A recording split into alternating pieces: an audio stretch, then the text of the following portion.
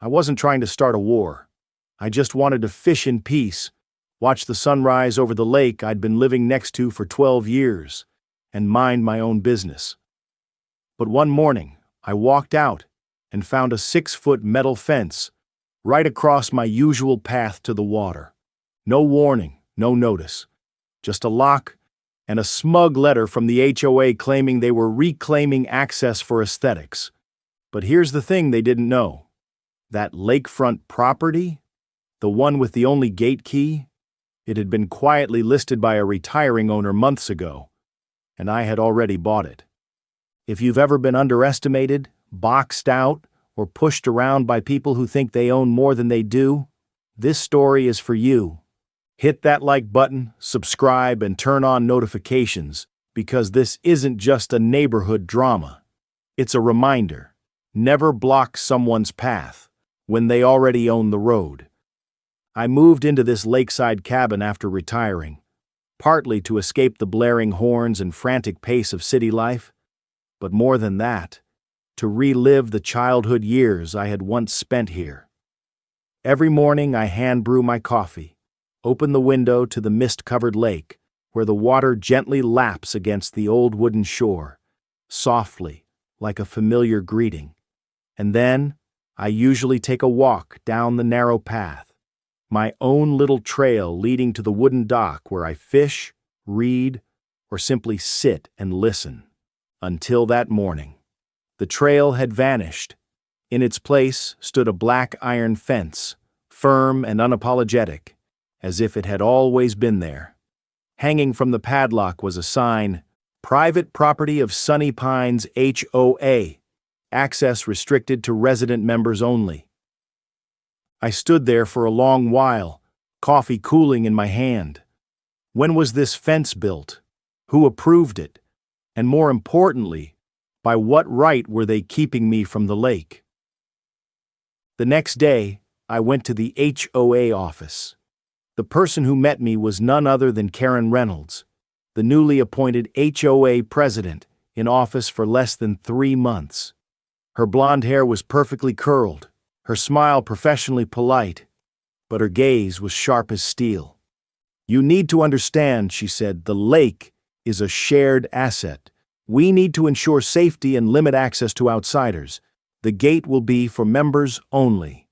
I explained that the path I used was entirely outside HOA boundaries, that I had used it lawfully for over 15 years. Karen only shrugged. "If you interfere with the fence, it will be considered property damage," she said, her tone as flat and cold as a printed warning notice, "and you will face legal consequences." I walked out of that office with a heaviness in my chest, like the sky before a storm.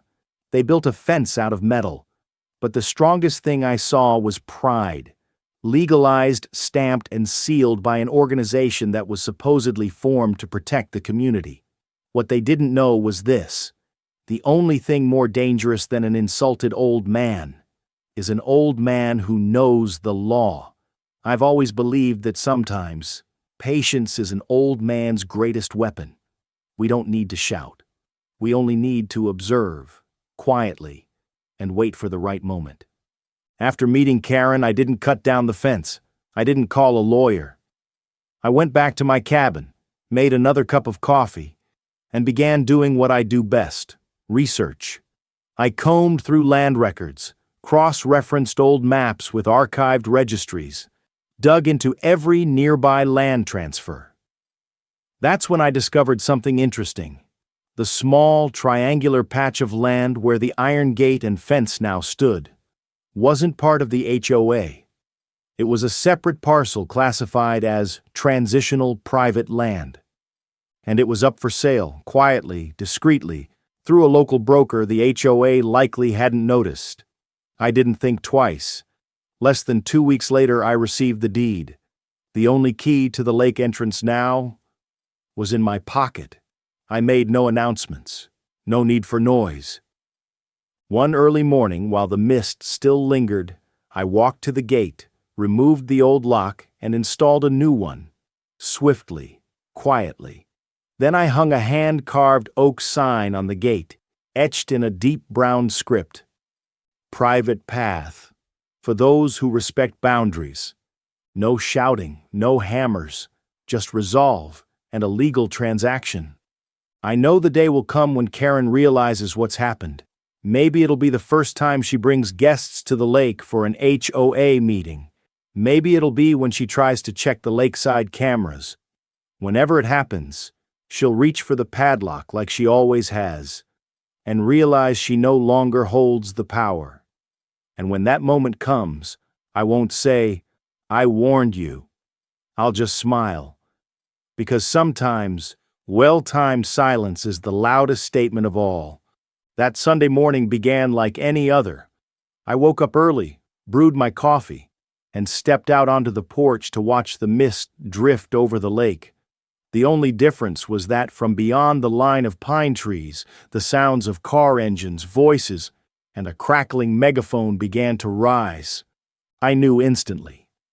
Today was the day the HOA held their annual Lakeside Community Brunch, an event they organized each year, right on the patch of land they still believed they controlled. Karen, dressed in her cream-colored suit, with her ever-present clipboard in hand, led the crowd toward the gate. She reached into her pocket, pulled out an old key, and tried to fit it into the new lock. Click. No match. Click, click. Still nothing.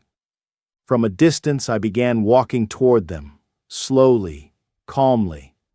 The coffee in my hand was still hot, and my expression was just neutral enough that no one could accuse me of smiling. "I'm afraid," I said, loud enough for the gathering to hear, "your key no longer works." Karen turned around, her eyes sharp as blades, though her voice still carried the tone of authority. "You're obstructing the rights of the community," she declared. I set my leather satchel down, unzipped it, and pulled out a survey map, the deed of transfer, and a stack of documents affirming exclusive land use rights for the property where the gate stood. Each document bore the official notary seal in bright red. "This property is privately owned," I said, every word landing like a nail into wood. The old HOA fence was erected without legal authority. Its past use, I'm sorry to say, was unlawful occupation. The group of residents began murmuring, their eyes shifting toward Karen, not with conviction, but with confusion. She opened her mouth to argue, but found no regulation to cite. All that remained was the clipboard trembling slightly in her hand, and a cold gate that no longer opened at her will. I didn't file a lawsuit. I didn't ask for an apology. I simply turned around and walked away, leaving behind a message I didn't need to say aloud. The law isn't something to wave above others. It's what we stand on when everything else falls away. Karen lost ground that day, but I know, with someone like her, a single defeat is never the end. I used to think that once the legal evidence was laid out before the community, things would settle down. But it turns out, being exposed doesn't make people stop. It makes them panic. 1 week after the gate won't open incident, the letters started coming. Not just one, but a whole stream of correspondence from the HOA, each more aggressive than the last. Accusations of obstructing community activities, endangering collective safety, and even one letter suggesting I could be sued for antisocial land appropriation causing community division. At the same time, Karen, somehow, appeared on the neighborhood newsletter, speaking in a short video produced by the HOA itself. In it, she described my actions as a display of selfish individualism at a time when we need unity more than ever. I didn't respond. There was no need, because quietly, I had been preparing something else.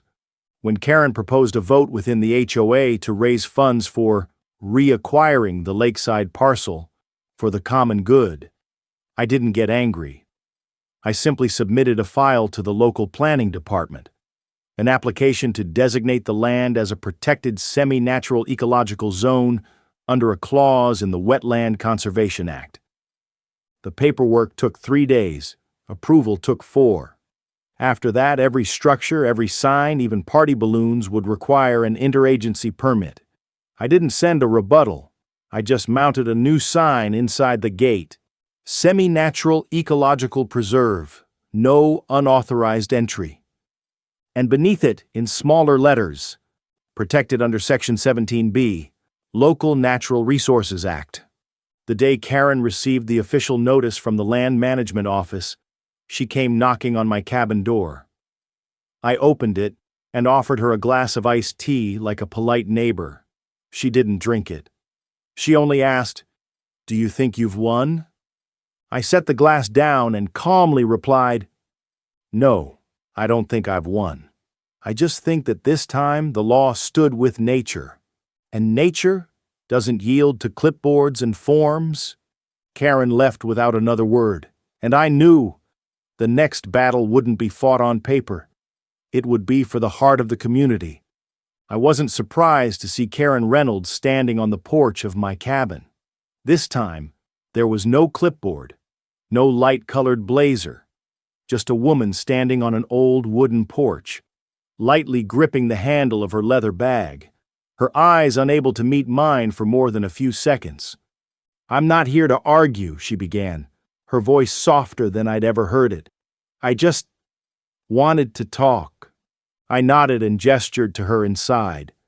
The iced tea was still faintly steaming, and the air was thick with the smell of approaching rain. Karen sat down in the wicker chair across from me, her gaze drifting toward the lake. No longer claimed by the community, but now belonging to a balance that the law itself had recognized. We sat in silence for a while. Then she spoke. "When I was little, I lived in that pale blue house across the shore," she pointed, and I suddenly remembered the old home that had been torn down for a resort project that never finished. My father once argued with the old HOA about lake access. He wanted to keep a small stretch of shoreline for himself, to fish in the evenings. They called him selfish. In the end, we had to move. I sat still. In that moment, all of Karen's control, fences, penalties, reframed themselves through the eyes of a child who grew up in loss, never quite understanding why. "After that," she continued, "I thought if I could be strong enough, I could stop others from being pushed out the way my father was. But somehow, I became the very person who pushed him away." I didn't answer right away. My heart didn't soften, but it wasn't as hard as it had once been. I didn't say I forgave her, but I understood. I understood that sometimes the fences we build aren't meant to divide, but to protect what we're most afraid of losing. Even if, in doing so, they turn us into the very people we once resented. I stood up. I didn't walk her out.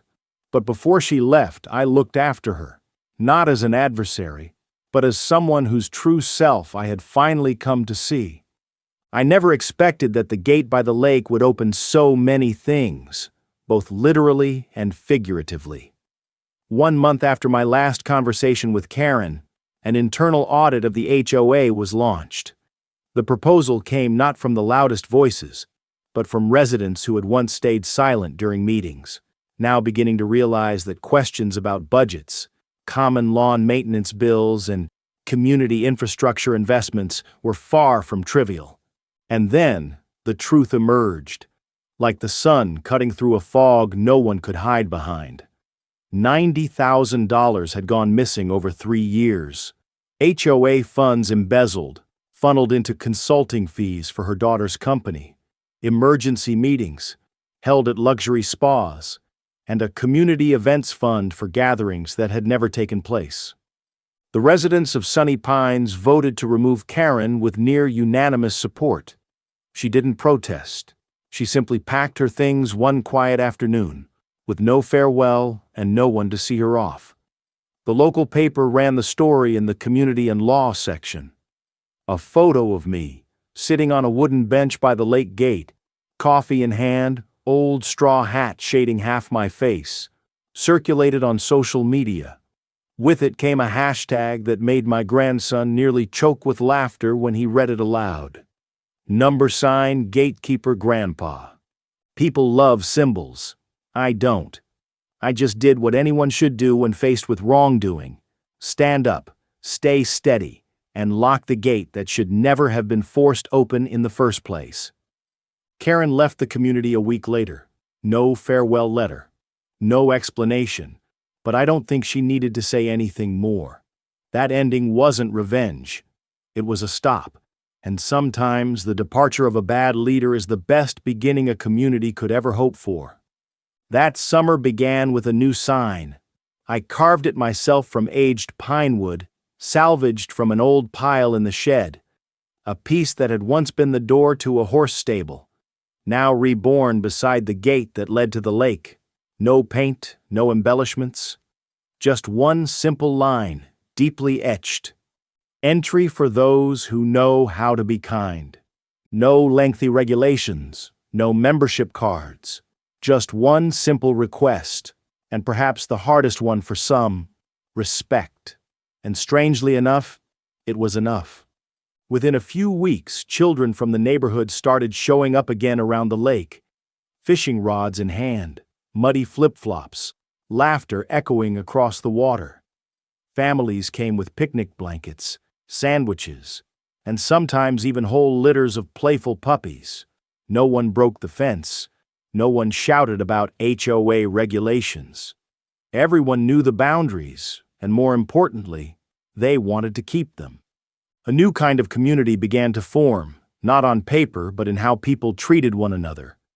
Through listening, sharing, and sometimes, simply by not touching what wasn't theirs. One late autumn afternoon, as the water began to take on a shade of amber, I saw Karen return. No escort, no clipboard, none of her old sharpness. Just a woman walking slowly to the wooden bench by the shore. She sat there for a long time, saying nothing, her eyes following the last streaks of sunlight spreading across the lake. I didn't go to greet her.